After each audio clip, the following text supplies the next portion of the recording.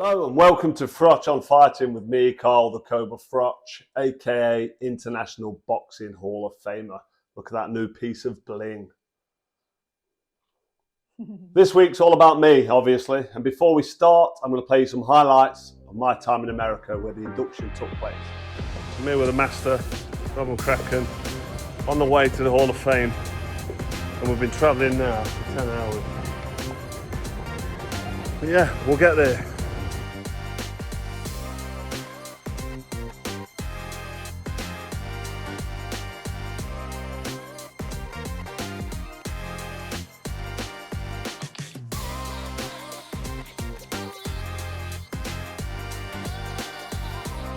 Oh, look at that. Check you out. Finished his career with a record of 33-2 and 24.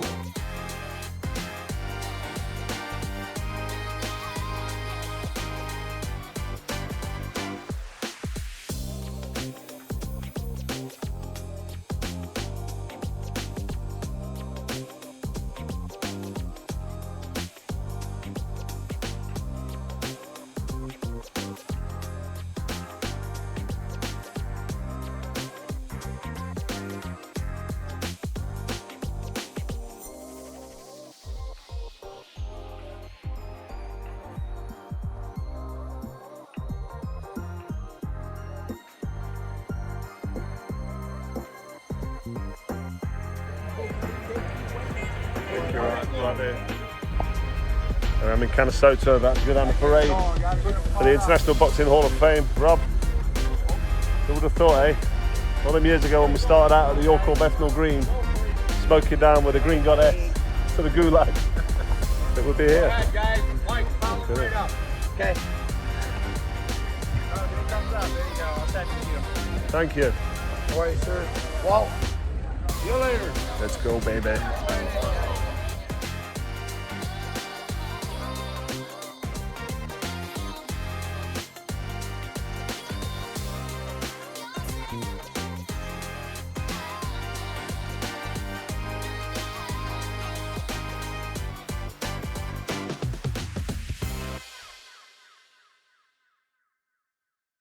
And here's part of my acceptance speech. For those of you who haven't seen it, if you want to watch it in full, it is on my YouTube channel. First of all, I want to thank my mother, Carol, for being my #1 fan and always doing her best for her 3 boys. I've got an older brother and a younger brother, Liam Wayne. She's a wonderful, strong woman, and I always lean on her, even now, in hard times, for strength. It was my dad who got me into boxing when I was 8 years old, but I didn't see much of him growing up. So I never really had a positive male role model as a child. And that's one of the reasons I think why I gravitated towards boxing. I loved it in the gyms. My amateur coach, Dale McPhilbin, he did a great job with me, he really did. I won 2 national titles, numerous medals in multi-nations tournaments for England, representing my country, England. And my biggest accolade in the amateur championships was the World Amateur Championships in Belfast. I won a bronze medal there. I lost to the Russian world champion in the semi-final. I thought I could beat him, but 4 2-minute rounds wasn't long enough. So I came away with a bronze medal in the World Amateur Championships, and that's where my journey actually as a professional started, because I met my coach, Rob McCracken, at the Worlds in Ireland in 2001 in Belfast. He said to me, "You would make a great professional fighter." I didn't really believe him, but he could see something in me that he thought could transcend into the professional rankings. And without Rob McCracken, I would have never turned professional. Absolutely no chance at all.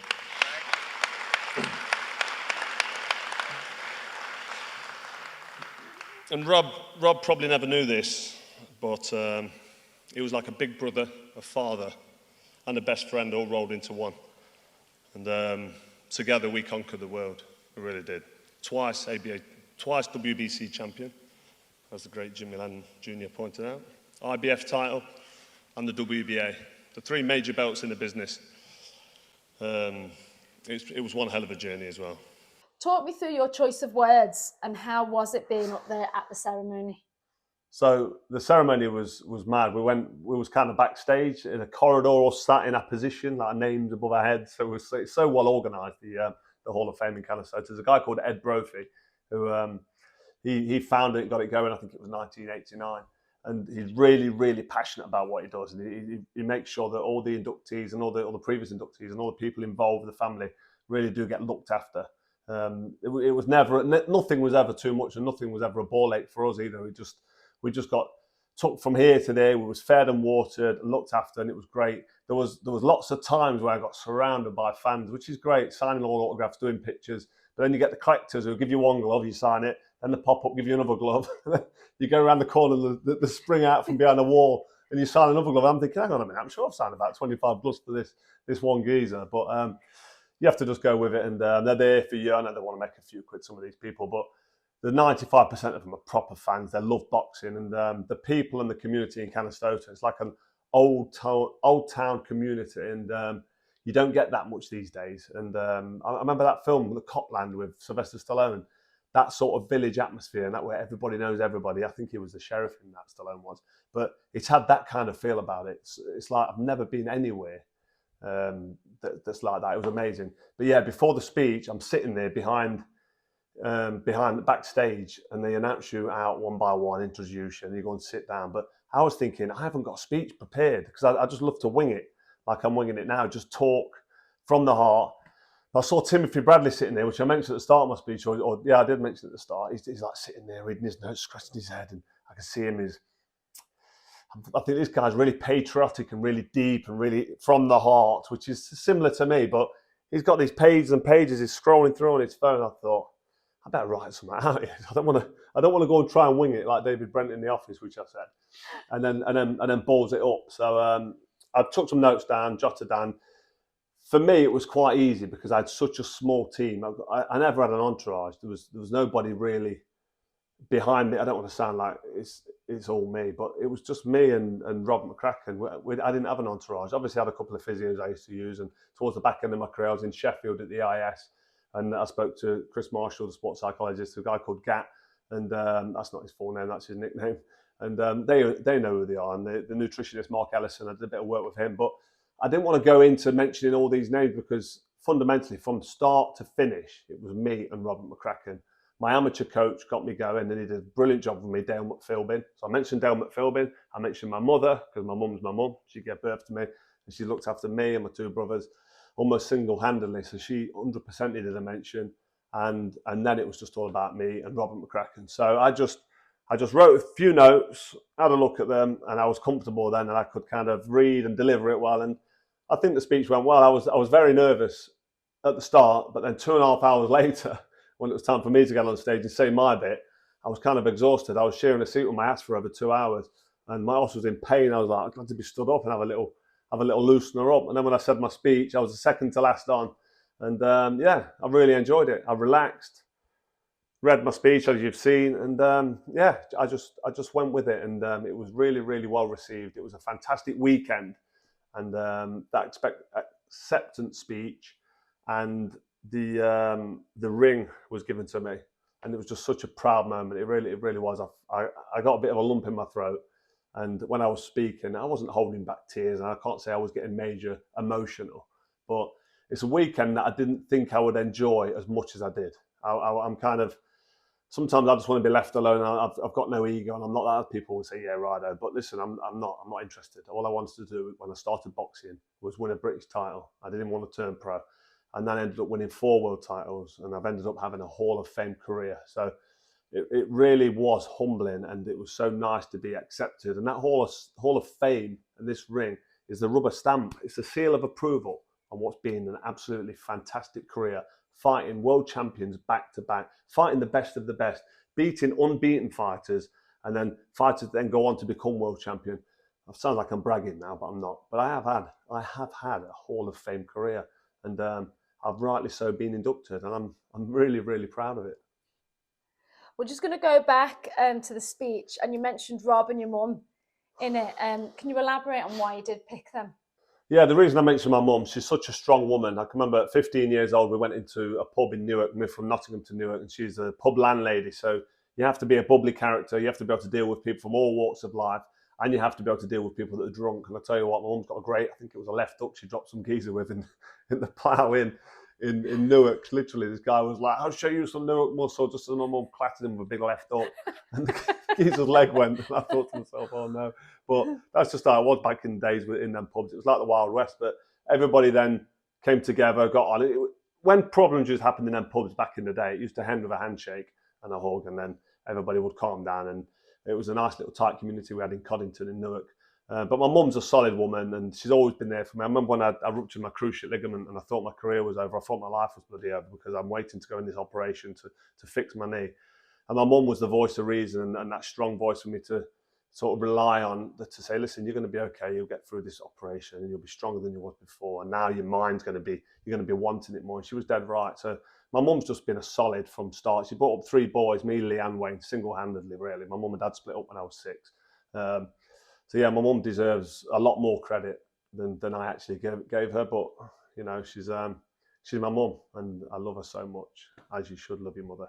And then I spoke about my amateur coach, Dale McPhilbin, who was brilliant. I didn't have much confidence as an amateur, and he stuck with me and bared with me and went through me sitting in the changing rooms thinking, why am I doing this? And I'd get in that ring and then I'd just let the shots go because Dale would calm me down and talk me through between the rounds. And then obviously when I reached my career highlight as an amateur, got that bronze medal in the World Championships in Belfast, I met Rob McCracken, and Rob McCracken then took the reins from there because Rob was a fantastic amateur, boxed at all levels, amateur and professional. He fought Keith Holmes for a world title. If you've seen Rob, he's 6'2", he's about 15 and a half, 16 stone, and that's how I was when he was fighting. He was fighting at 11 stone 6, 160 pounds middleweight.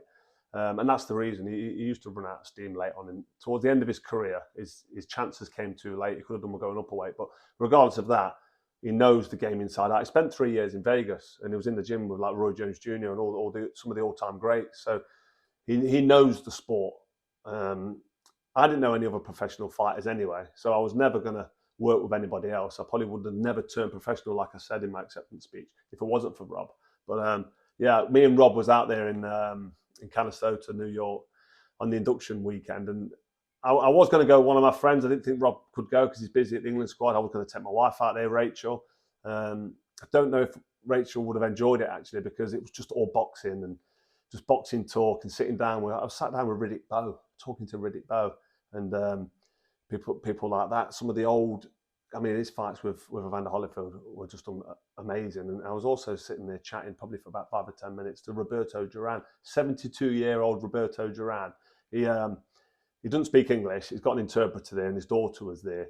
Actually, his daughter, because in my speech, this is quite an interesting story. In my speech, I did say I didn't win everything, but one thing I never did in my career, because I lost to Warden Kessler, rematched Kessler and beat him.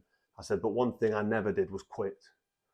Quitters, world champions don't quit, and quitters do not get inducted into the International Boxing Hall of Fame. And I said that, and that's true, you know. But at the end, later on that evening, that afternoon, a young lady came up to me and she says, "Can I just ask you, Carl? You said that quitters don't get inducted, and what do you think about my dad and Roberto Duran? Because like his fight with Sugar Ray Leonard." I was like, "Oh no!" I said, "Listen, your dad is an absolute legend of the game. Hard as nails, tough. He's like a demon. He's got them dark eyes. He will fight to the death, literally. He would never, ever quit." And I said this to her. I said, quitting for me is different. It's when you quit, you don't get off the canvas or you get hit with a body shot and you don't want to continue. Your dad quitting, or the no mass situation against Sugar Ray Leonard, was pure frustration. And it kind of shows what your dad is, and it summarizes him. He's a do or die man. He's basically saying, fuck you. That's basically what he's saying. If you're not going to stand and fight me and have a tear up, I don't want any of it. I mean, Sugar Ray Leonard was jabbing behind his jab, using his fast feet, and kind of, you'd say, I don't like to use the word outclassing, but it was kind of an outclassing job by Sugar Ray Leonard. He just kept out of the way and boxed him and manoeuvred him, and he was too quick and too light on his feet and too skillful for Roberto Duran. But I explained to his daughter, listen, he didn't quit. Your dad's not a quitter, and no, I didn't mean your dad at all. Your dad's a legend. And I think she understood what I said. But yeah, that was a bit of a tricky one, being approached by Roberto Duran's daughter saying, "Do you think my dad's a quitter?" I'm like, no, sorry. But I explained it well. He's not a quitter. He's an absolute monster in that ring and a legend. Oh, bless her. She obviously really did take that to heart. I know. I kind of thought to myself, I said, quitters don't get inducted, and these, you know what I mean. But there's quitting and there's quitting. I think people listening to this will know what I mean, and I'm sure I explained it to her well, and she was satisfied. Yeah. Now that you've been inducted, what sort of legacy do you wish to leave behind in British boxing? What sort of legacy? British boxing. Boxing. What sort of legacy do I want to leave behind? I just want to be remembered for somebody who was willing to take on anyone, and in a time in boxing where we're not seeing the big fights happen, we're not seeing Anthony Joshua and Tyson Fury, and we're not seeing Tyson Fury and Usyk, you know, we're not seeing AJ and Deontay Wilder. They're trying to make these fights, but it's so difficult for these fights to happen and for these fights to be made.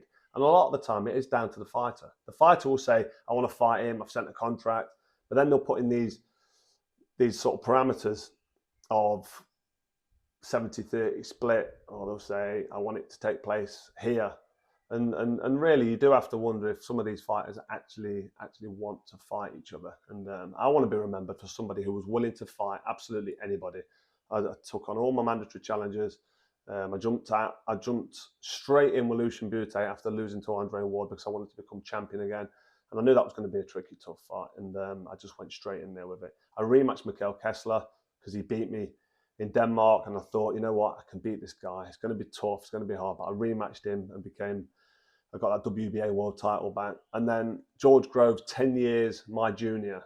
I knew he was fast. I knew he could punch hard. I used to spar him. I thought I could beat him, but I knew it was going to be tough. But I thought, you know what, he's mandatory for the IBF. Let's jump in there with him. And the first time was so nice. I had to do it twice. I hate that saying, actually. But I did. I boxed him twice, but I had to really rematch him after that first one because everyone went mad. But yeah, to answer your question, I want to be remembered for a tough, strong man, a warrior. And I think that word warrior gets banded about too easy around boxing. But I want to be remembered as a warrior and somebody who never quit and somebody who would take on anybody. I'm absolutely fearless. I'm not worried about fighting people. I'm not worried about getting knocked out, maybe because I've got a granite chin, but I'm just not concerned. I just want to get in there, fight the best, try my hardest, get in there as fit as I can and give my best and show why and how much I love this sport. And to now be inducted into the Hall of Fame, like I said, that is the rubber stamp, the seal of approval on what's been an absolutely top class career. Can you give us some sort of insight on what it was like driving down on the back of the car? On the parade in Canastota. On the parade. Tell us all about that because we've not heard about it. Yeah, me and Rob were sat on the boot with our feet inside the car. I'm sure the car was a Cadillac. We're in America, of course it was a Cadillac. And yeah, we're just sat side by side. Rob actually filmed the whole thing. I think it was an 18-minute drive. Was it a mile and a half or 2 miles? And we drove through just faster than walking speed. So it might have been like 5 miles an hour.